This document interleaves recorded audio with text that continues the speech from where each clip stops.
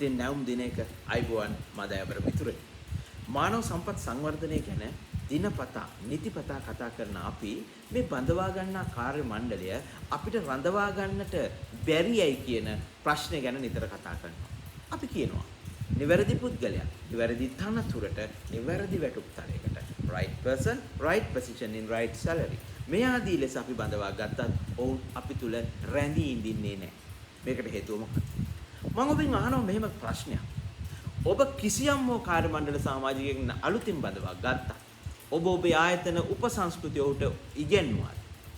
ඔබ ඔබේ ආයතනයේ සේවා සංස්කෘතිය පිළිබඳව උට ඉගෙනුවාද? ඒ වගේම පුහුණුව සහ සංවර්ධනය තුලින් මූලික නම්නීකරණයක් තුලින් ඔහු බල ගැන්නුවාද? අන්නේ උත්තරේ හරිම වැදගත් මොවුන්ගේ රැඳියාව තීරණය කරන්න. ඒක නිසා ඔබ හඳුනාගත යුතු කාරණයක් තියෙනවා.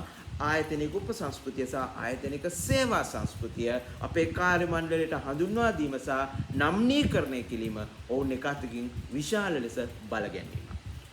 මේ සඳහා ඔබට පිළිතුරක් දෙන්නට අප සූදානම්.